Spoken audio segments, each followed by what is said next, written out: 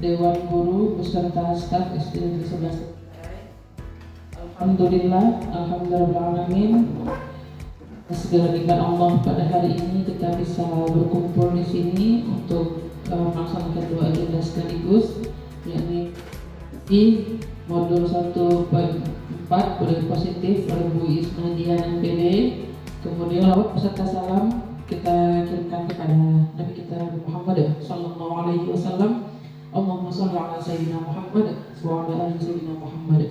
Mudah-mudahan kita bisa merutinkan diri kita untuk terus bersalawat kepada beliau. Manfaatnya kita sendiri juga yang akan mendapatkannya. Baik, mungkin kita buka dulu acara kita pada hari ini. Mendapatkan hasil yang bagus dan positif dan sama-sama membaca basmalah. Bismillahirrahmanirrahim. Selanjutnya adalah penyampaian oleh Ibu Iis, yakni diseminasi modul 1.4 budaya positif. Kepada Ibu kami persilakan.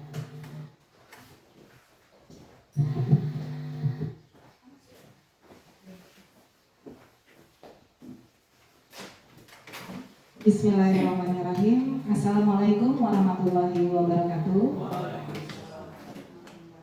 Bapak Ibu Dewan Guru SD Negeri 11 beserta staf yang saya hormati.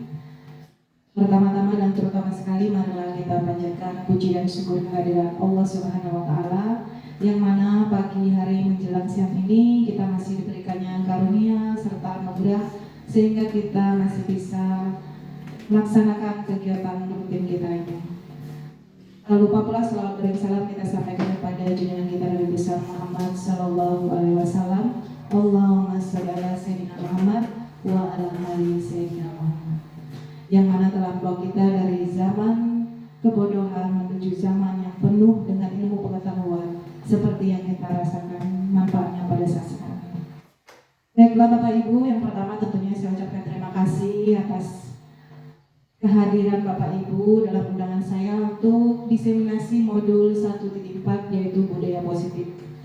Di sini adalah program yaitu dalam rangka pemenuhan tugas saya sebagai calon guru penggerak Angkatan 8 Kabupaten Pepayang. Jadi ini adalah tugas mandiri kami sebagai calon guru penggerak yang harus diselesaikan dan dipenuhi dalam batas waktu yang sudah ditentukan. Jadi kami diharapkan bisa berbagi kepada Bapak Ibu. Jadi saya berdiri di sini untuk berbagi sedikit pemahaman yang sudah saya dapatkan di pendidikan guru penggerak ini.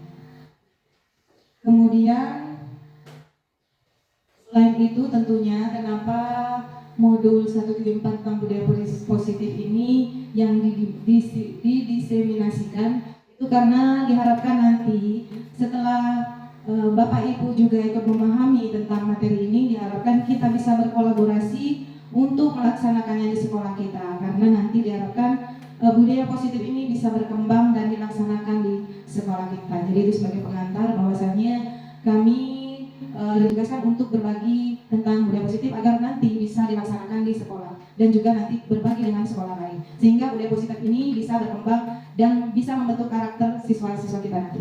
Baiklah, langsung saja Bapak Ibu, di sini kita bersama-sama ya belajar, karena dari sedikit pengalaman saya mungkin Bapak Ibu juga ada yang sudah punya pengalaman lain, jadi nanti bisa kita juga saling berbagi dan berdiskusi.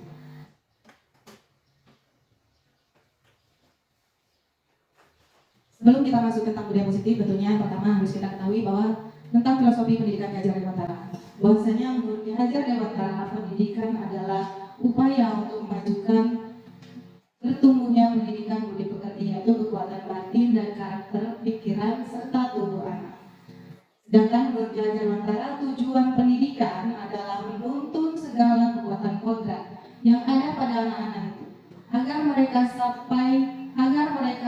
sebagai manusia dan anggota masyarakat dapat mencapai keselamatan dan kebahagiaan sendiri-dirinya. Kalau dilihat dari tujuan pendidikan yang disampaikan Ki Hajar Dewantara ini, dapat kita lihat bahwasanya tujuan akhir dari pendidikan, termasuk pendidikan nasional, adalah membentuk budi pekerti anak. Makanya jika dikaitkan dengan budaya positif, hal ini sangat mendukung. Dengan adanya budaya positif bisa membantu untuk mencapai tujuan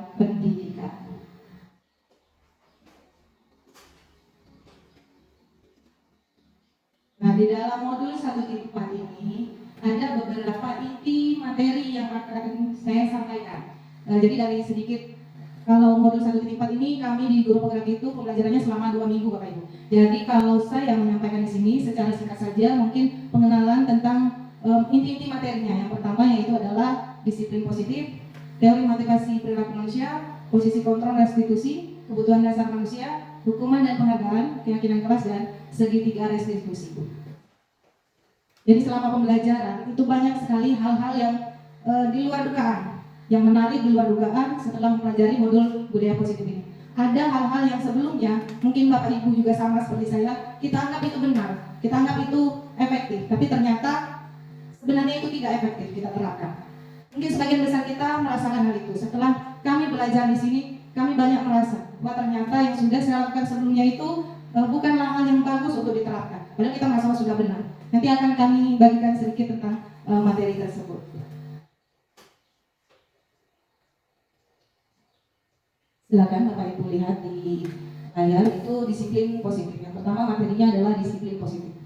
Jadi menurut Ki Hajar Dewantara, disiplin yang tumbuh dari dalam diri internal. Sejalan dengan itu, Ian Gosen, seorang pakar pendidikan, mengartikan disiplin sebagai bentuk kontrol diri, yaitu belajar untuk kontrol diri agar dapat mencapai suatu tujuan yang mulia, yang mengacu pada nilai-nilai kebajikan, universal, dan menggerakkan motivasi intrinsik. Nilai-nilainya antara lain nilai-nilai yang terkandung dalam profil pelajar Pancasila.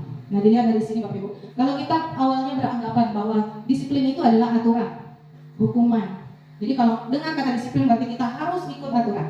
Padahal sebenarnya inti dari disiplin itu adalah pembentukan dari dalam diri, motivasi intrinsiknya. Jadi bukan karena paksaan, bukan karena hadiah, bukan karena hukuman. Jadi disiplin itu diharapkan muncul dari motivasi internal, intrinsiknya. Maka dari itu diharapkan disiplin positif ini tujuan akhirnya adalah pembentukan karakter yang sesuai dengan profil pelajar Pancasila. Itu beriman dan bertakwa pada Tuhan Maha Esa, berakhlak mulia, mandiri, bernalar kritis, berkebinekaan global, bergotong royong, dan kreatif. Itu ada 6 dimensinya. Ini kalau dijabarkan sebenarnya sangat panjang. Disiplin saja itu banyak sekali hal-hal yang berkaitan dengan disiplin. Di sini kita lanjut saja, yaitu motivasi perilaku manusia. Nah, ada 3 motivasi yang melatar belakangi perilaku manusia, yaitu yang pertama untuk menghindari ketidaknyamanan atau hukuman, yang kedua untuk mendapatkan imbalan atau penghargaan dari orang lain, yang ketiga untuk menjadi orang yang mereka inginkan dan menghargai diri sendiri dengan nilai-nilai yang mereka percaya. Dari ketiga motivasi perilaku ini kita bisa mengamati mana yang saat ini paling banyak mendasari perilaku murid-murid kita. Apabila motivasi murid-murid kita adalah yang pertama, yaitu dan kedua, maka sebagai guru kita harus menuntun murid agar termotivasi. Yang ketiga lah yang harus mendasari dirinya. Yang pertama, untuk menghindari ketidaknyamanan atau hukuman. Yang kedua, untuk mendapatkan imbalan atau penghargaan dari orang lain. Yang ketiga, untuk menjadi orang yang mereka inginkan dan menghargai diri sendiri. Nah, ini yang kita harapkan muncul dalam diri murid kita. Kenapa yang satu dan kedua? Nah, ini yang sering terjadi pada diri kita mungkin. Kalau saya juga merasakan ini yang sering saya lakukan. Contohnya saja, kita memberikan hukuman. Jadi anak itu takutnya bukan karena tanggung jawab yang dibebankan kepada mereka, tapi takutnya karena hukuman, karena ketidaknyamanan. Ketidaknyamanan contohnya misalnya ditegur gurunya, diomel gurunya, mungkin seperti itu kan. Jadi dengan kita mengetahui motivasi perilaku manusia atau murid kita nantinya, diharapkan kita bisa menentukan tindakan seperti apa yang akan kita laksanakan terhadap murid kita. Yang kita harapkan adalah untuk menjadi orang yang mereka inginkan dan menghargai diri sendiri. Untuk menanamkan rasa ini tentunya kita perlu melakukan, bukan hanya sekali kita sampaikan kemudian anak-anak bisa melaksanakan, berkembang, tapi kita memang butuh namanya proses, butuh waktu. Jadi pengulangan biasanya itu pembiasaan. Selanjutnya hukuman dan penghargaan. Nah, di sini Bapak Ibu, saya sedikit ingin menyampaikan hal yang menarik terutama dalam hukuman dan penghargaan. Kenapa menarik? Sebelumnya kita mungkin dari saya sendiri atau Bapak Ibu mungkin juga merasakan bahwasanya kadang kita menganggap untuk memotivasi anak itu kita perlu melaksanakan hukuman ataupun penghargaan. Itu bagus, itu menurut kita. Menurut sebelum saya mengikuti pendidikan guru penggerak itu bagus menurut saya. Contohnya penghargaan. Di kelas saya menyiapkan penghargaan untuk anak. Seperti yang pernah saya lakukan itu memberikan bintang. Jadi bintang yang mengasihkan nanti di akhir mendapatkan reward atau penghargaan. Tapi ternyata penghargaan ini juga malah termasuk dalam hukuman. Karena apa? Karena itu tadi membatasi anak. Jadi anak tidak bisa berkembang. Mereka hanya terbatas ingin mendapatkan tujuan tadi yaitu hadiah. Jadi sebenarnya pemberian hadiah atau penghargaan secara terus-menerus malah justru akan menghambat dari perilaku anak ini untuk berkembang. Kenapa? Mereka bukan memotivasi diri dari dalam diri mereka, tapi mereka motivasi eksternal dari luar, yaitu penghargaan atau pujian mungkin kan. Boleh kita laksanakan, tapi ingat lagi bahwasanya dengan hukuman dan penghargaan ini motivasinya menjadi seperti apa. Yuk kita laksanakan, boleh, tapi balik lagi tadi tujuan kita adalah membentuk karakter dari dalam diri, bukan dari motivasi eksternalnya tadi. Jadi kita bentuk anak itu dari motivasi internal. Ya, nanti ada beberapa cara untuk melaksanakan atau mewujudkan motivasi internal dalam diri anak. Jadi ingat Bapak Ibu, sedikit pemahaman ini mungkin bisa Bapak Ibu terapkan nanti di kelas masing-masing, yaitu hukuman dan penghargaan. Nanti akan ada cara lain selain menerapkan hukuman atau penghargaan. Jadi kalau hukuman itu justru efeknya akan membuat anak terganggu, mungkin ada yang trauma, mungkin ada yang takut malah kalau di sekolah. Kemudian kalau penghargaan tadi termasuk hukuman. Kemudian nanti ada lagi namanya konsekuensi, yaitu pilihan. Nanti terakhir ada restitusi. Itu adalah cara yang bisa kita terapkan untuk pelaksanaan penyelesaian masalah di kelas ataupun di sekolah.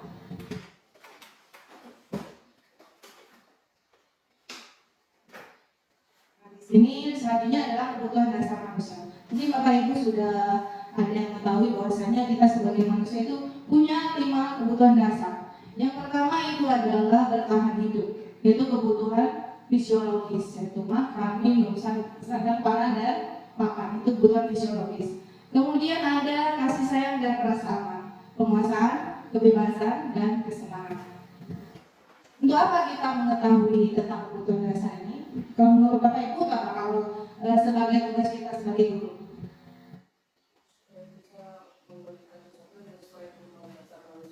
Iya, berarti untuk menganalisis karakter dari siswa kita.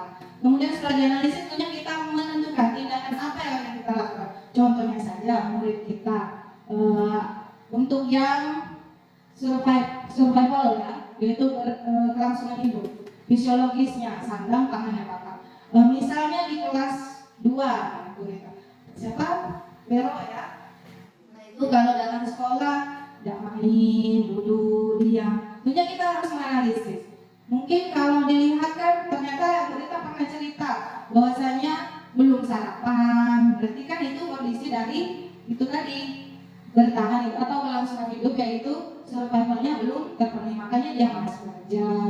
Kemudian untuk yang kasih sayang dan rasa aman di sekolah juga itu tercipta dari gurunya. Misalnya anaknya tidak pernah diperhatikan, dari yang ada 9 di kelas ternyata itu pendiam, tidak aktif. Ternyata setelah ditanya-tanya, karena saya itu tidak pernah ditanya kayak bapak itu, kayak ibu itu, saya tidak pernah diperhatikan. Itu berarti anaknya kurang rasa kasih sayang dan rasa aman di kelasnya ya terhadap gurunya. Kemudian untuk penguasaan, jadi anak ini butuh eksistensi, butuh pujian dalam artian mereka ingin diakui keberadaannya, yaitu penguasaan. Misalnya mereka pintar menggambar kan, misalnya mereka juga butuh untuk mengeksiskan diri mereka, diakui tentang kemampuan atau penguasaan mereka itu. Kemudian kebebasan, jadi anak juga harus kita berikan kebebasan. Dalam artian kita mengajak mereka untuk menentukan, contohnya di kelas mereka ingin kelasnya seperti apa, pembelajarannya bagaimana. Kita sesuaikan dengan kondisi yang kita harapkan nantinya. Jadi walaupun anak itu punya kebebasan, tapi tentu dalam batasan tertentu. Tapi kita tidak juga bisa menghilangkan dari kebutuhan dasar anak. Misalnya anak tadi senangnya menggambar, nah kita tidak suruh menggambar. Makanya kita juga harus mencukupi kebutuhan dasar dari anak, yaitu termasuk kita juga kan, anak juga butuh pemenuhan kebutuhan dasar mereka sebagai seorang manusia, termasuk kesenangan terhadap guru, biasanya juga ada. Jadi dengan mengetahui kebutuhan dasar manusia itu sangat penting bagi guru, karena untuk menganalisis karakter murid kita, dalam artian nanti bagaimana kita menerapkan jika kita menemukan masalah terhadap murid yang kita hadapi ini. Dengan mengetahui karakter bahwa mereka akan terpenuhi kebutuhan dasar, sehingga kita bisa melaksanakan tindakan yang tepat, yang bagaimana yang harus kita lakukan. Itu untuk kebutuhan dasar manusia.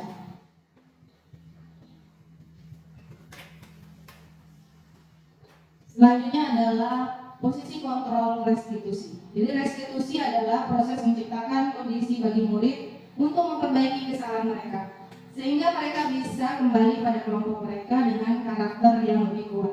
Restitusi juga adalah proses kolaboratif yang mengajarkan murid untuk mencari solusi untuk masalah dan membantu murid berpikir tentang orang seperti apa yang mereka inginkan dan bagaimana mereka harus memperlakukan orang lain. Melalui pendekatan restitusi, ketika murid berbuat salah, guru akan menanggapi dan mengajak murid berefleksi tentang apa yang dapat mereka lakukan untuk memperbaiki kesalahan mereka, sehingga mereka menjadi pribadi yang lebih baik dan lebih menghargai. Nah, Bapak Ibu, dalam posisi kontrol restitusi ini, jadi restitusi ini adalah cara bagaimana kita menyelesaikan permasalahan yang ada pada murid kita. Jadi kalau selama ini kita sudah melaksanakan penyelesaian masalah, mungkin ada yang kurang, yang harus lebih kita tingkatkan lagi pelaksanaannya. Dengan restitusi ini, kita diharapkan akhirnya nanti anak itu akan lebih menghargai baik dirinya sendiri ataupun orang lain. Jadi kita tidak menyalahkan anak di sini, tidak menjudge, menuduh, istilahnya menuduh anak langsung memvonis, oh anak ini salah, sudahlah. Ada itu kan biasanya, kalau biasanya itu mereka berkelahi, nah sudahlah maafkan saja. Padahal kita belum tahu permasalahannya apa, latar belakang kejadiannya seperti apa kebutuhan dari yang mereka tadi itu yang bagaimana yang belum terpenuhi, harusnya kita lihat. Memang mungkin kalau dalam teorinya agak berat kita melaksanakan karena banyak ini banyak itu ya kan. Padahal sebenarnya ada beberapa hal yang sudah kita terapkan, namun kita belum tahu teorinya. Dengan kita mengetahui teorinya ini, maka kita dapat melengkapi dari yang sudah kita laksanakan. Adapun posisi kontrol dari restitusi ini yaitu adalah ini Bapak Ibu, silakan dilihat dulu, ada 5. Hukum, membuat rasa bersalah, kemudian teman, pemantau, dan manajer. Nah sekarang coba Bapak Ibu perhatikan, kira-kira posisi mana yang sudah Bapak Ibu terapkan sebagai Bapak Ibu bertugas selama menjadi guru? Kira-kira posisi apa yang sudah Bapak Ibu laksanakan? Apakah penghukum, pembuat rasa bersalah, manajer, teman, pemantau? Yang mau berkomentar? Posisi yang pernah Bapak Ibu laksanakan atau Bapak Ibu terapkan? Manajer, baik sudah manajer. Yang lain? Penghukum, pembuat rasa bersalah, manajer. Kalau sudah manajer itu sudah bagus, sudah pol. Kalau bahasanya sudah pol. Hukum, ya. Saya juga berasalnya kita lebih banyak ke penghukum. Penghukum dan teman, mungkin ada ya teman rasanya. Teman itu, kalau penghukum itu membuat anak menjadi trauma yang tadi. Kita menghardik dengan kata-kata kasar, menunjuk, itu penghukum. Jadi anaknya takut, trauma. Kemudian kalau pembuat rasa bersalah itu ya kita buat dengan bahasa yang halus tapi membuat anak merasa bersalah. Contohnya, ayo anak tadi kalau kalian seperti ini nanti ibu kena marah sama kepala sekolah. Kalau kalian seperti ini nanti ibu udah enak sama guru lain. Ayo tolong ikuti. Nah, seperti itu ya. Termasuk teman-teman juga dengan bahasa yang lembut, akrab, teman kan. Kemudian kalau pemantau itu cuma melihat, namanya pemantau tanpa. Nah di sini ada contohnya itu. Kalau pada penghukum yaitu guru berbuatnya menghardik, menunjuk-nunjuk, menyakiti dan menyindir. Kalau pembuat rasa bersalah berceramah, menunjukkan kecewaan mendalam. Kalau teman membuatkan alasan-alasan untuk muridnya. Kalau pemantau menghitung dan mengukur. Kalau manajer itu mengajukan pertanyaan-pertanyaan. Jadi posisi kontrol restitusi yang paling baik yang hendaknya dapat kita terapkan itu adalah posisi manajer. Jadi dalam posisi penghukum buat rasa bersalah itu kalau bisa kita tidak laksanakan. Kalau teman dan pemantau itu masih bisa, tapi kalau penghukum dan buat rasa bersalah sebaiknya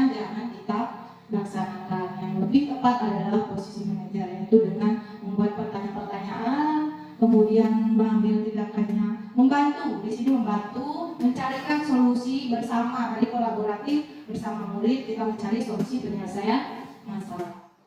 Bukannya lebih baik seorang pendidik mempunyai posisi kontrol keseluruhan, dalam arti keseluruhan itu terkontrol, jadi bukan hanya sebagai manajer, bukan hanya sebagai pemantau, bukan hanya sebagai pemantau, tapi keseluruhan itu harus dimiliki oleh seorang guru.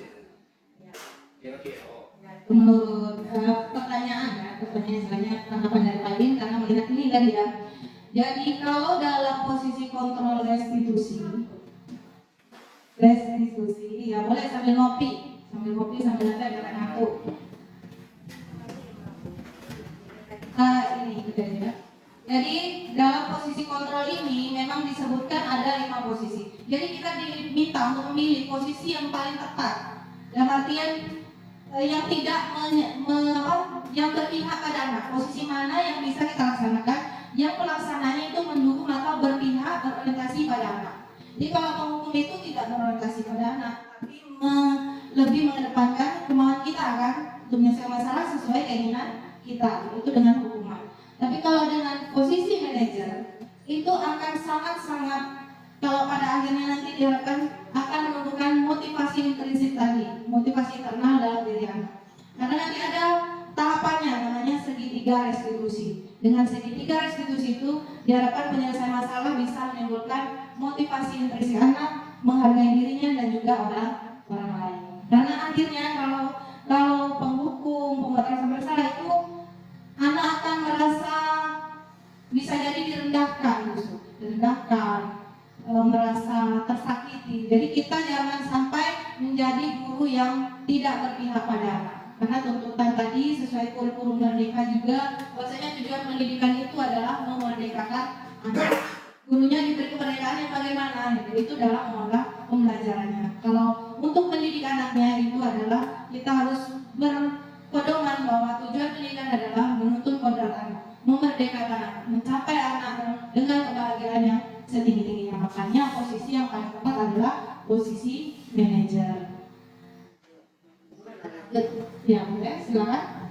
maksudnya gini tadi Bu ya, jangan menjadi hanya salah satu manajer Bu ya. Nah jadi kayak cuma menghukum saja gitu ya, mungkin tanpa ditanya-tanya, atau cuma membahas bersalah tapi tidak ada solusi, mungkin begitu ya. Atau Kalau kami mendapat pemahaman bahwasanya yang harus diterapkan itu adalah satu manajer yang paling utama, sedangkan yang lain itu kalau bisa jangan kita terapkan. Boleh juga yang ke teman atau pemantau, tapi itu tidak dianjurkan. Yang lebih dianjurkan adalah manajer, karena manajer itu nanti mencakup semuanya, tapi tidak menghukum ya, tidak membuat rasa bersalah. Beda caranya istilahnya. Memang mereka di sana seperti menghukum, tapi tidak menghukum, tidak menyakiti anak, tapi nanti ketemu solusinya, temu penyelesaian. Caranya itu namanya segitiga restitusi. Jadi kita tidak perlu menghukum, tidak perlu membuat anak merasa bersalah, tapi masalah itu akan selesai. Nanti adalah ya sadar, mereka akan menjadi dari dalam dirinya, seperti disiplin tadi, mereka akan tumbuh dari dalam dirinya, bukan dari eksternal lagi. Ya, jadi ini diharapkan nantinya itu tadi tumbuh motivasi dari diri anak itu sendiri, dari dalam diri anak, mereka melaksanakan atau bertanggung jawab akan tugas ataupun kepada dirinya sendiri. Jadi bukan lagi penghukum buat rasa bersalah, teman atau pemantau, tapi yang paling tepat adalah di posisi manajer, karena ada langkah-langkahnya. Lanjut ya. Nanti kalau ada yang mau bertanya boleh langsung bertanya. Ini ada penjabarannya itu kenapa kita tidak dianjurkan untuk berada pada posisi penghukum, buat rasa bersalah, teman dan kawan. Karena hasilnya di sini memberontak, mendendam, menyalahkan orang lain, menyembunyikan, menyangkal, berbohong, ketergantungan, menyusahkan bila diawasi, menguatkan watak dan karakter. Jadi tujuan ini yang kita harapkan terbentuk setelah kita melaksanakan tugas kita dalam posisi manajer. Kalau penghukum tadi, anak akhirnya mendendam. Ingat, kami pernah di awal modul ini, kami bukan di awal modul, tapi di modul yang lain itu ada kegiatannya itu trapesium usia. Jadi pada trapesium usia itu kami diminta untuk mengingat kembali ketika kami dulu bersekolah, apa kejadian positif, apa kejadian negatif yang pernah dilaksanakan. Jadi Bapak Ibu tentu juga pasti masih ingat, oh dulu kejadian negatifnya, mungkin saya pernah dimarah guru, dipukul guru, akan terus teringat. Makanya tadi pemberontak, pendendam, hasil akhirnya kan itulah sebagai guru yang berada di posisi sebagai pemukul akan diingat terus pada anak. Begitu juga anak-anak kita saja kalau disuruh flashback atau ingat sebelumnya, apa yang teringat pasti ketika kita mungkin tersakiti oleh guru kita, mungkin dengan kata-kata, dengan perbuatan, ya kan? Begitu juga untuk yang ini. Jadi diharapkan nanti ya tadi agar yang teringat itu dari dalam dirinya, bukan lagi tentang hal negatif. Begitu juga ketika kami kemarin setelah dibacakan ternyata rata-rata yang teringat itu memang tentang dipukul gurunya, tentang dihardik gurunya, tentang kata-kata yang tidak pantas diucapkan oleh seorang guru pada muridnya. Itu yang akan dikenang. Maka dari itu untuk kedepannya diharapkan kita bisa mengurangi itu. Jadi memberikan kesan yang positif kepada anak-anak kita. Ya. Kemudian untuk keyakinan yaitu nilai-nilai kebajikan universal yang disepakati secara tersirat dan tersurat oleh kelas yang menemukan motivasi dari dalam diri sehingga membentuk budaya positif dalam kelas. Ini pernah dipraktikkan kemarin kalau tidak salah, sudah belum ya? Waktu kurikulum merdeka kemarin sama Pak Guru tentang keyakinan kelas. Ada yang masih ingat? Ya kan? Ya.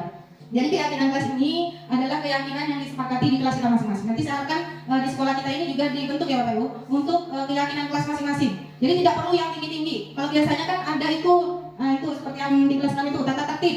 Nah sekarang namanya bukan tata tertib lagi, bukan aturan, bukan tata tertib, tapi namanya keyakinan atau kesepakatan kelas. Kesepakatan kelas ini dibentuk atau dibuat berdasarkan kesepakatan kelas, bukan gurunya langsung menentukan. Anak harus masuk jam 7.30 sudah duduk dalam kelas. Nah, tidak seperti itu, tapi kita membuat keyakinan kelas dengan pendapat anak-anak kira-kira kesepakatan apa yang kita sepakati untuk kelas kita. Ya, dikasih contoh tadi, contohnya hadir tepat waktu, kemudian menjaga kebersihan kelas.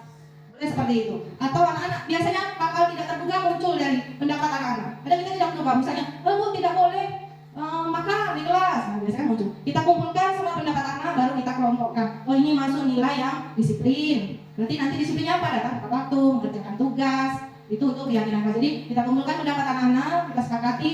Kenapa dengan keyakinan kelas? Karena mereka yang membentuk, bukan kita yang menentukan. Jadi dengan keyakinan kelas diharapkan mereka juga bisa melaksanakan dengan penuh tanggung jawab karena merupakan kesepakatan bersama. Bukan kita yang menentukan. Kalau biasanya kan kita sudah menentukan dengan aturan kita sebagai guru, bahwa kita sudah tetapkan tidak boleh membawa mainan, tidak boleh berkeliling ketika belajar. Nah sekarang kita tumbuhkan dari anak-anak kita, ya kita arahkan karena memang mereka belum paham biasanya kan. Jadi kita arahkan apa saja keyakinan kelas, yaitu keteraturan yang bisa kita ciptakan di dalam kelas kita. Biasanya ada hal-hal yang kadang tidak kita terpikirkan justru muncul atau hadir ketika kita melaksanakan diskusi dan kolaborasi bersama. Jadi setelah dikumpulkan, kita tentukan yang mana kalau memang ada kalimat yang kurang bagus, kurang positif, kita ganti dengan kalimat yang positif, kemudian baru kita tempelkan atau kita tulis, kita bentuk display ataupun gambar. Atau kalau untuk kelas 1 yang gambar saja, misalnya tidak boleh ada keliaran buat gambar. Kalau untuk kelas 1 bisa jadi gambar, cari gambar di ini kan Bu, di internet. Itu kalau di TK bisa di TK, dan kelas 1 itu masih menggunakan gambar. Jadi mereka paham aturan yang ditentukan, bukan aturan yang kesepakatan yang kita sepakati bersama. Jadi tidak perlu yang tinggi-tinggi atau yang penting tadi yaitu karakternya yang ingin dicapai sesuai kebajikan universal tadi bisa tercapai. Jadi yang sesuai dengan karakter anak kita tadi dan karakter apa yang ingin kita bentuk di dalam kelas kita. Nah ini selanjutnya segitiga restitusi. Yang paling menarik dari kegiatan kami dalam pelaksanaan budaya positif ini adalah segitiga restitusi. Saya sendiri baru dengar istilah ini ketika mempelajari modul PGP ini, yaitu segitiga restitusi merupakan salah satu cara memperbaiki diri untuk mewujudkan disiplin diri. Segitiga restitusi adalah proses menciptakan kondisi bagi murid untuk memperbaiki kesalahannya, sehingga karakter mereka lebih kuat ketika kembali pada kelompoknya. Jadi restitusi memberikan penawaran, bukan paksaan. Kemarin saya sudah menerapkan aksi nyata untuk segitiga restitusi ini. Jadi segitiga restitusi ini mempunyai 3 tahapan. Yang pertama adalah menstabilkan identitas, yang kedua validasi tindakan yang salah, dan yang ketiga menanyakan keyakinan. Ketiga langkah ini mungkin sudah pernah Bapak Ibu saya dan Bapak Ibu terapkan dalam penyelesaian masalah. Tapi kita kan belum paham, oh ternyata ini termasuk dari tahapan segitiga restitusi. Berikut ada sedikit videonya untuk ketiga tahapan segitiga restitusi. Mungkin Bapak Ibu bisa perhatikan.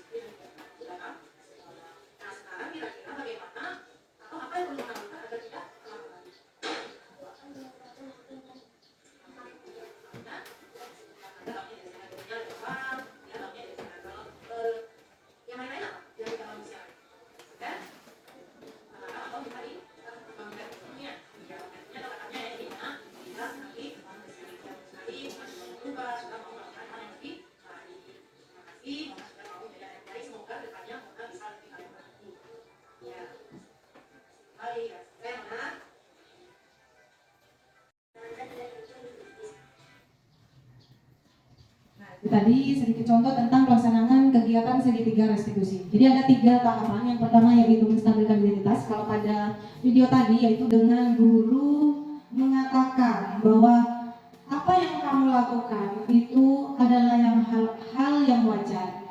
Itu adalah manusiawi. Itu kita berarti pertama-tama yang kita utamakan yaitu menstabilkan identitas. Misalnya ketika anak berkelahi kita panggil. Kemudian kita biasanya kan, saya juga sering melakukannya, mungkin langsung marah kan, kita langsung emosi, kita langsung bilang ini itu kan. Nah kalau pada segitiga restitusi ini kita tidak langsung menyalahkan, kita tidak langsung menentukan kesalahan mereka, tapi di sini kita adalah menstabilkan identitas kita, stabilkan dulu keadaannya itu dengan mengatakan, kalau misalnya tadi berkelahi, kita tanyakan tentunya sebabnya kenapa. Mungkin mereka punya alasan kan, alasannya kenapa, berarti kita misalnya tadi karena mempertahankan apa yang mereka punya kan. Biasanya, oh karena dia ngomong ini aku bu, karena yang ngomong itu. Betul, itu suatu hal yang wajar jika kamu ingin dihargai oleh temanmu. Tapi itu bukan suatu penyelesaian yang baik. Mungkin di sini pada segitiga restitusi ini adalah bagaimana mengelola kita. Makanya tadi posisi kontrolnya adalah sebagai posisi manajer. Bagaimana kita memposisikan diri kita untuk mencari solusi yang baik. Dengan segitiga restitusi, pertama menstabilkan tindakan tadi dengan mengatakan suatu kewajaran sebagai manusiawi, kita ingin menghargai diri kita dan dihargai oleh orang lain. Kemudian pada validasi tindakan yang salah, baru kita kembalikan kepada kebajikan apa atau karakter-karakter apa yang mestinya dilaksanakan oleh anak itu. Yang tadi contohnya adalah sesuai keyakinan kelas. Contohnya kalau anak tadi terlambat, kenapa kamu terlambat? Apakah tindakan kamu terlambat itu sesuai dengan keyakinan kelas kita? Kalau mereka secara spontan, anak tentu aja karena sudah ada keyakinan kelas, aturan disiplin tadi tentunya mereka tidak tidak sesuai. Begitu juga dengan berkelahi tadi, baguskah perbuatan seperti itu? Apakah itu saling menghargai? Tidak, Bu. Itu pasti jawaban anak-anak. Kemudian untuk yang menanyakan keyakinan, Itu tadi juga validasi dengan salah sesuai dengan keyakinan, kemudian langsung menanyakan keyakinan yang sudah ditentukan atau disepakati. Jadi dengan segitiga restitusi ini, diharapkan kita bisa menyelesaikan permasalahan yang dihadapi di sekolah dan bahkan juga di rumah itu dengan cara yang lebih baik, lebih Kalau Bapak Ibu sendiri melihat bagaimana dengan langkah-langkah atau penerapan segitiga restitusi ini? Apakah itu terlalu bagaimana atau seperti apa? Tanggapan Bapak Ibu? Bagusnya mungkin apakah kalau saya kembalikan dulu, apakah Bapak Ibu pernah melaksanakan salah satu tahap yang ada di segitiga restitusi ini? Kira-kira yang mana biasanya? Di sekolah? Belum. Permasalahan bukan yang nakal, misalnya di kelas belajar mungkin ya. Atau permasalahannya biasanya pasti ada masalah, namanya anak-anak gitu, pasti kita temui namanya permasalahan, baik itu masalah belajar, masalah disiplinan atau lain-lainnya, itu biasanya ada. Biasanya nomor berapa? Itu nomor berapa biasanya? Yang sudah pernah dilaksanakan? Menanyakan keyakinan. Bu Emi mungkin pernah melaksanakan tahapan ini, salah satunya menstabilkan identitas, validasi tindakan yang salah, atau menanyakan keyakinan. Biasanya kita itu menanyakan keyakinan. Kalau seperti itu bagus dan kalau seperti itu boleh tidak, itu sopan tidak, ya kan? Itu menanyakan keyakinan. Itu sudah kita terapkan sebenarnya. Cuma kita kan belum tahu teorinya. Nah, sekarang Bapak Ibu sudah tahu teorinya. Kalau sudah tahu itu bagusnya adalah menerapkan penyelesaian masalah dengan segitiga restitusi. Memang kalau secara ini bagus sekali kalau kita ikuti, apalagi seperti saya tadi buat skenario itu rasanya bagus ya. Tapi kalau dalam pelaksanaan mungkin kita akan menemukan masalah. Bagaimana kalau anaknya pulang lagi Bu? Bagaimana kalau anaknya pulang lagi? Sudah kita laksanakan lengkap seluruh tahapan segitiga restitusi, tapi ternyata anaknya masih tidak buat PR lagi, tidak datang terlambat lagi. Nah, restitusi ini adalah pengulangan, jadi namanya pembiasaan sampai batasannya nanti tumbuhlah atau berkembanglah dari karakter yang kita harapkan. Jadi sebagai Bapak Ibu guru itu jangan pernah bosan menyelesaikan masalah yang dihadapi anak-anak, karena memang anaknya itu belajarnya proses, tidak sekali jadi terbentuk karakter yang diharapkan seperti ini kita bentuk sekali jadi tidak, tapi adalah proses bagaimana kebiasaan itu berulang sampai akhirnya mereka tumbuh menjadi karakter yang kita harapkan. Kalau dalam praktek kemarin ya, tapi mungkin bisa fleksibel ya. Karena tapi lebih bagusnya kalau kita misalnya langsung ke validasi tindakan yang salah itu kan menanyakan alasan langsung kan. Lebih bagusnya adalah kita ikuti aturan ini, karena awal untuk menyelesaikan itu kita stabilkan dulu kondisinya. Jadi jangan langsung kita tanya, kenapa tadi? Nah, itu kan mereka masih panas, bisa jadi mereka tambah emosi, kita juga tambah emosi. Jadi kita stabilkan dulu keadaan, baru kita tanyakan atau validasi tindakan yang salah, baru terakhir menanyakan keyakinan. Jadi kalau langsung ke nomor 2 kan berarti kita langsung bertanya itu, langsung bertanya alasan kenapa kamu tadi terlambat.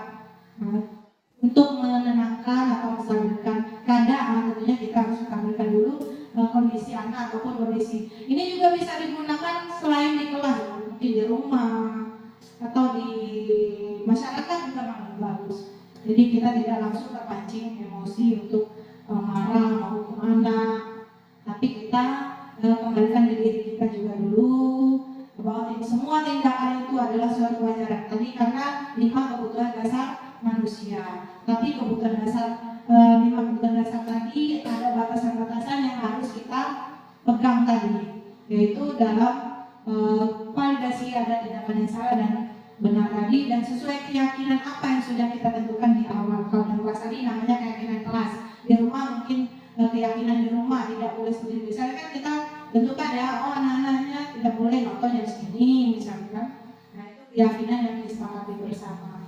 Dengan keyakinan yang sudah disepakati bersama, sudah diketahui bersama, anak-anak jadi lebih memahami, lebih merasakan bahwa itu yang harus mereka kerjakan, itu yang harus mereka laksanakan. Jadi tujuan akhirnya adalah terbentuknya karakter dari keyakinan yang kita tentukan tadi.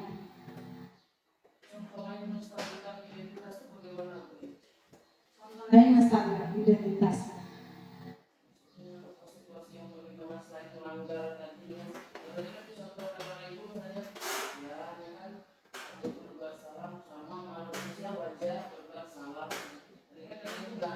Dalam pelanggaran ya.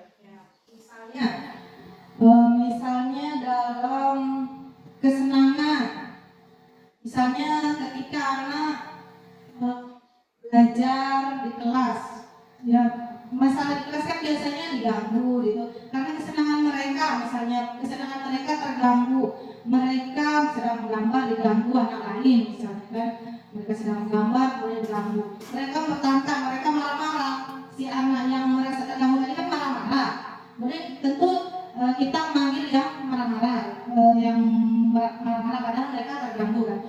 Contoh kestabilan tindakannya kita panggil anaknya. Kemudian tadi di awal kita tanyakan, tahu kan kenapa ibu memanggil? Contohnya anak tadi marah-marah, ngomel, ngomong-ngomong kasar pada anak yang sudah mengenalnya. Tentunya kita yang pertama kestabilan tindakannya, tentunya kita bilang tadi, anak mungkin wajar kamu sudah merasa tersakiti oleh temanmu. Kamu sudah merasa tersakiti, wajar kalau kamu marah-marah, ya kan?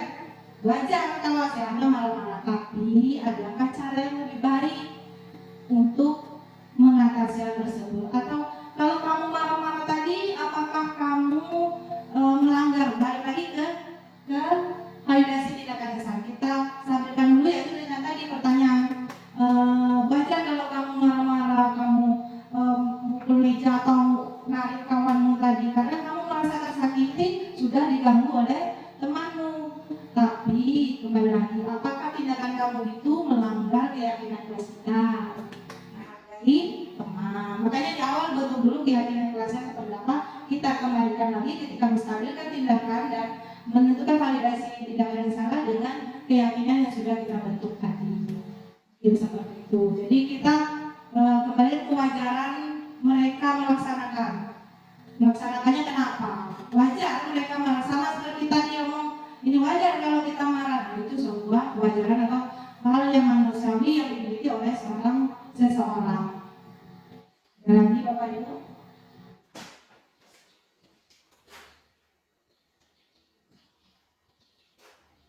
Ada lagi yang mau ditanyakan?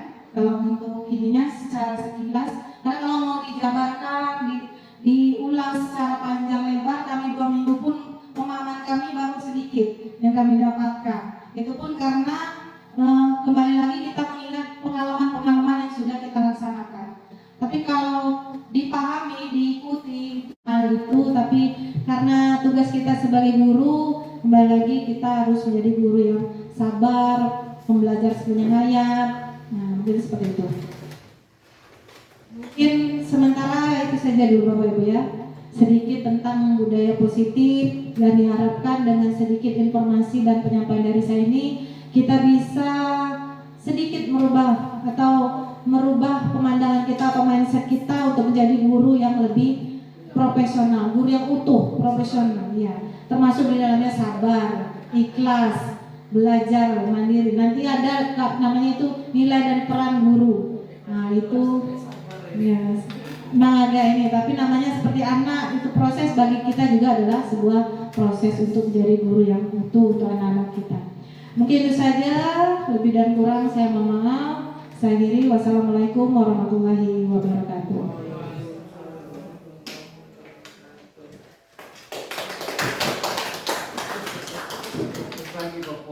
Sebenarnya tidak dianjurkan untuk menggunakan hukuman dan konsekuensi. Jadi lebih tepatnya kita menggunakan segitiga restitusi ini. Jadi kalau hukuman dan konsekuensi, biar anak itu yang menentukan sendiri. Dalam artian kesepakatan yang sudah kita tentukan, itu kan ingin menentukan karakter-karakter kebajikan universal. Misalnya sudah ada kebajikan-kebajikan universal yang bisa kita munculkan di kesepakatan atau keyakinan kelas. Jadi biarkan itu tumbuh dari dalam diri mereka kesadaran itu, bukan konsekuensi. Dan boleh kita menerapkan konsekuensi tadi, tapi tidak dianjurkan. Jadi lebih ke motivasi internal yang kita bentuk, bukan kalau hukuman dan konsekuensi kan masih ke motivasi eksternal. Karena ketakutan tadi, ketidaknyamanan, penghargaan, itu lebih ke motivasi eksternal. Jadi kalau bisa kita itu mewujudkan karakter itu dari konsekuensi dari motivasi internalnya, bukan eksternalnya. Kalau konsekuensi kan berarti ada pilihan. Ya, ada pilihan untuk berarti mereka tidak menerima diri, ada kepilihannya tadi, lebih tepat ke kepilihannya. Berapa lama itu kira-kira bisa menemukan Itu makanya dalam kegiatan kami pun ditanya, bagaimana kalau anaknya ulang lagi Bu, sudah dilaksanakan, masih mulai, itulah namanya pembiasaan. Restitusi ini adalah pengulangan sampai batas, makanya jadi guru yang sabar, itu kan yang dikatakan. karena kan kadang-kadang anak tanya gampang lah kita ngalamin soalnya itu baik lah guru bilang. Kalau ada mungkin anak yang bilang begitu, gimana tindakan kita itu? Masa boleh jadi konsekuensi? Pasti. Bukan tidak boleh memberi konsekuensi, boleh saja memberi konsekuensi selama itu, kalau dalam pelajaran yang kemarin, selama itu berkaitan dengan pembelajaran yang kita laksanakan, itu tidak masalah kita laksanakan konsekuensi dari pelanggaran yang sudah dilaksanakan. Tapi kalau itu misalnya kita memberikan konsekuensinya, kalau ini kan biasanya membersihkan WC, lari atau rumah, itu kan tidak sesuai dengan pelajaran. Tapi kalau sesuai dengan pelajaran, misalnya anaknya terlambat, sudah masuk terlambat, mas berulang-ulang, lagi sudah laksanakan sedikit kali, berarti kita kasih konsekuensinya sesuai dengan pelajaran. Berarti nanti ada jam tambahan untuk anaknya, itu kan masih sesuai. Kalau terlambat olahraga mungkin disuruh bermain bola mungkin, atau disesuaikan dengan pembelajaran yang akan dilaksanakan, atau sesuai konteks pembelajaran, bukan yang di luar itu. Nah, kalau di luar itu namanya hukuman. Jadi konsekuensi. Jadi buat tadi apa piket, kalau SD kami yang dulu sih memang ada piket WC lah, sebenarnya kami isi Pak juga, cuma setiap hari itu ada piket WC gitu. Saya tidak piket, berarti setelah itu dia piket WC itu begitu. Berkaitan dengan piket bisa, berarti itu konsekuensi kalau tidak piket kan. Misalnya kalau datang terlambat disuruh bersihkan WC, itu namanya hukuman. Jadi bedanya dikit sekali antara hukuman dan konsekuensi. Kalau konsekuensi itu berkaitan dengan permasalahannya tadi ya, tapi kalau hukuman itu langsung spontan tindakannya itu. Jadi kalau bisa dihindari, termasuk juga konsekuensi kalau bisa dihindari, tapi kalau memang dibutuhkan ya kita laksanakan, namun disesuaikan dengan konteks permasalahan. Ya, sesuai konteks. Tidak mungkin hukumannya tidak piket kan? Piket, mulai ada piket sendiri. Tidak buat PR, mungkin setelah pulang sekolah disuruh buat PR sendiri. Nah, itu masih sesuai konteksnya. Dalam artian tidak menghapus metode reward punishment itu. Kalau aku yang ini yang harus dihapus. Dikurangi, kalau dalam ininya dikurangi, karena itu dampak akhirnya itu penghargaan itu tidak efektif. Nah, di sini disebutkan penghargaan itu tidak efektif. Suatu penghargaan adalah suatu benda atau peristiwa yang diinginkan. Kemudian penghargaan itu merusak hubungan. Penghargaan mengurangi ketepatan, merusak hubungan. Contohnya, yang dapat itu lah, kelak gak usah lagi terdekatinya, punya itulah yang dipuji guru kelak. Nah, seperti itu mungkin untuk teman. Kemudian tidak efektif karena itu tadi motivasinya dari eksternal, dari hadiah, bukan dari dalam dirinya. Yang kita harapkan adalah motivasi internal. Jadi kalau bisa boleh, bukan tidak boleh, tapi boleh, tapi disesuaikan ya. Kalau secara terus-menerus kita laksanakan itu tadi motivasinya karena hadiah, karena memang menjadi dilema buat kita Bapak ya. Motivasinya seperti apa? Termasuk pujian sebenarnya juga itu merupakan penghargaan kan, pujian termasuk penghargaan juga itu. Tapi kita sudah terbiasa kan memuji anak, ngasih hadiah. Pada itu anak tidak termotivasi kan. Tapi kembali lagi kita sesuaikan agar tidak menjadi ketergantungan tadi, tergantungan, tapi kita bisa menumbuhkan dari dalam diri anak. Berarti kami guru-gurunya belajar itu Bu. Betul. Makanya kami pun di pendidikan ini bertanya, padahal Bu, materi ini kan bagus untuk guru-guru dilaksanakan di sekolah, begitu juga di rumah. Kenapa tidak untuk seluruh guru diikutsertakan? Tadi banyak kendala, banyak halangan. Makanya sekarang sebagai guru penggerak, sebagai calon guru penggerak itulah yang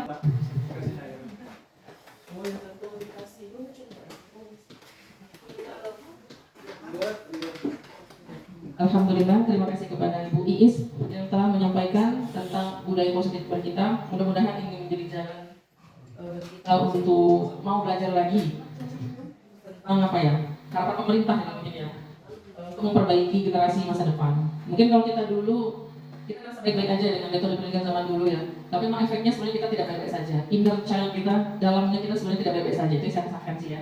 Merasa kalau baca-baca itu kita bisa jadi kurang empati, kurang simpati terhadap kondisi siswa, murid ya. Padahal sebenarnya dulu pun kita tidak mau kita diperlakukan seperti itu. Mudah-mudahan ini lewat tangan kita bisa mengubah budaya zaman dulu yang kekerasan lah, yang hukuman tadi, merasa bersalah segala macam, insya Allah. Jadi terima kasih kepada Bu Iis dan kepada peserta diseminasi ini yang telah sangat aktif dan kolaboratif mengikutinya. Kita tutup untuk sesi pertama yaitu diseminasi ini dengan membaca lafal hamdalah. Alhamdulillahirabbil alamin.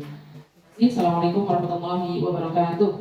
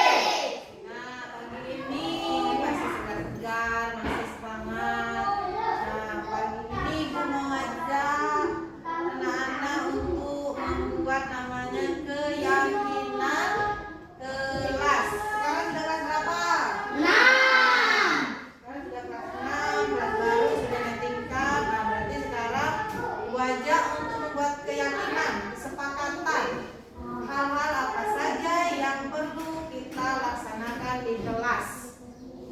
Nanti kalian yang memberikan pendapat, misalnya ibu kasih contoh, kan kita sudah punya peraturan kalau kemarin. Udah dibaca belum? Udah. Apa nomor 1 di situ? Mana? Apa? Nah, apa tata tertib? Apa? Tidak ada tata tertib. Nomor 1 dilarang menggunakan perhiasan dan lain-lain. Nah itu peraturan, tapi sekarang kita namanya buat keyakinan kelas. Anak-anak saja yang boleh dan tidak boleh kita lakukan. Nanti kalian tulis di kelas kertas. Nanti kalian tulis kalian maunya kelas kita ini yang bagaimana? Kalian tulis ya, tulis apa saja yang kalian ingin terapkan di kelas tadi. Biar kelas kita itu menjadi kelas yang bagus, baik, sebersih. Anak-anaknya juga jangan kelasnya. Anak-anaknya yang rajin misalnya, kemudian tepat waktu, disiplin. Silakan. Nanti kalian tuliskan hal apa saja yang ingin kalian lakukan di kelas ini. Nanti baru kita sepakati bersama-sama, itu namanya keyakinan kelas. Jadi hal apa saja yang kalian lakukan di kelas ini yang menimbulkan kedisiplinan dan ketertiban. Biar kelas kita jadi kelas yang nyaman, kelas yang aman, kelas yang teraman. Nanti bagian kertas ini kalian tuliskan apa-apa yang ingin disepakati di kelas ya. Tadi contohnya misalnya apa tadi? Menjaga kebersihan. Apalagi yang lain? Di kelas kami bagaimana? Anak-anaknya berpakaian bagaimana? Silakan yang dituliskan apa-apa yang ingin kalian atau kita sepakati nantinya sebagai keyakinan kelas. Jadi keyakinan kelas itu apa? Disepakati lalu dijalankan. Jangan hanya untuk ditaruh kayak ditempel saja, tapi untuk dilaksanakan, disepakati dan dilaksanakan bersama-sama. Biar terwujud kelas kita yang bagus, baik, anaknya kita dan sopan ya, rajin ya kan, sesuai yang kalian tuliskan tadi. Keyakinan apa yang ingin kita laksanakan. Bisa? Urutan kedua galau. Sudah kau galau. Minggu di kelas mana? Aku boleh. Dah, ada salib putih. Ya. Dan sekarang kita ibu bacakan dulu. Keyakinan kelas 6 SD Negeri Sekelas Kebakaran. Ada yang menyebutkan kebersihan kelas, berpakaian harus lengkap. Dengarkan ya. Tidak boleh keluar kelas ada pelajaran, piket setiap hari. Menjaga kebersihan kelas, jangan piket kelas. Apa ini? Kelas terlihat bersih, ingin saling berbagi satu sama lain. Tidak berisik, tidak boleh merusak kelas. Selalu ada apa ini? Ada kerja di sekolah. Tertib melaksanakan kebersamaan. Saya ingin sekolah saya maju dan indah. Semoga sekolah saya semakin banyak muridnya. Dengarkan yang lagi. Tak kamu baca tak? Silakan, saya mau baca yang sebelah sini. Ayo.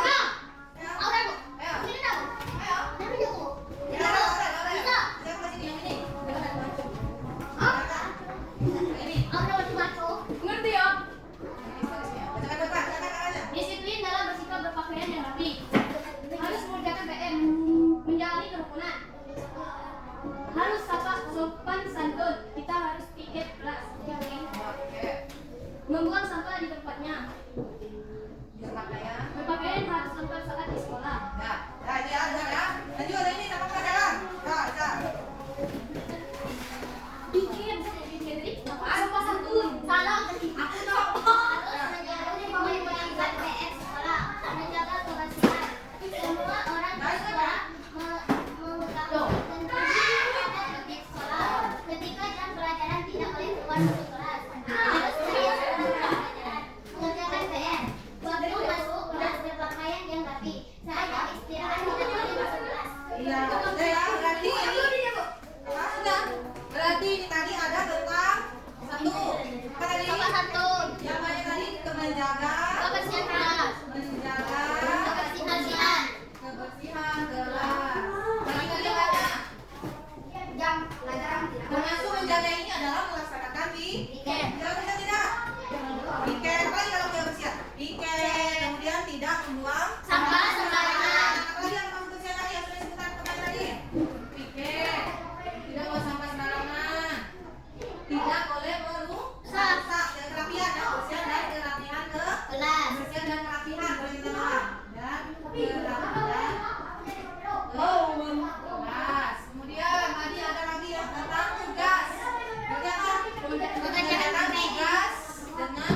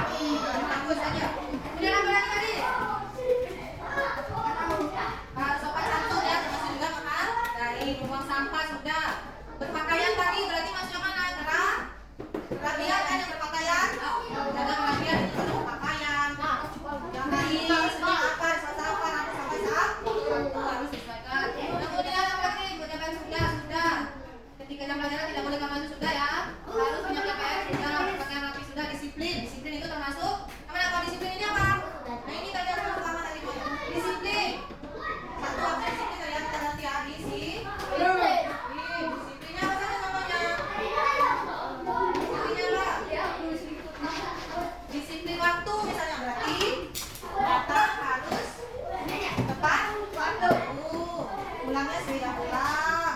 Lagi. Apa lagi ya? Disiplin apa sih kak? Allah kan tahu dong. Itu termasuk menghormati tadi bang guru. Berarti tidak menghormati, tidak menghargai. Apa? Itu bagus tidak? Kalian itu bagus atau tidak? Tidak. Ya. Coba tulis lagi, dua lagi, misalnya tentang sopan santun, tentang seragam, yang lain. Jangan tulisan. Nah boleh. Sopan santun, boleh yang lain. Kerapian, apa kira-kira? Tata tertib di kelas, tentang tugas, silakan. Nah, tentang tugas juga boleh. Kira-kira kalian mau melaksanakannya bagaimana? Sudah, itu ada apa belum tadi? Belum. Nah, tulis. Boleh tentang kesopanan, tentang belajar. Nah, boleh, silakan. Tulisan dulu nanti baru kita pilih. Ya.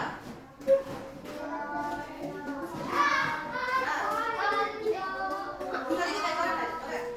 Bawahnya. Tulisan sama ini, jangan dijaga sama. Ini kamu. Ya, sudah. Dari waktu sudah, tinggal kita lanjutkan nanti. Tentukan yang mana menjadi keyakinan kita. Nah, dua lagi. Tentang sopan santun, tentang berpakaian, tentang tugas, kira-kira apa? Tentang aturan di kelas, boleh.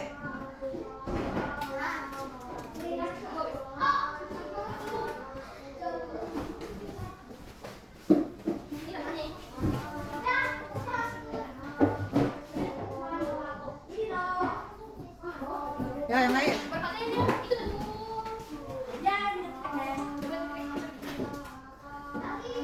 Tentang pekerjaan tugas.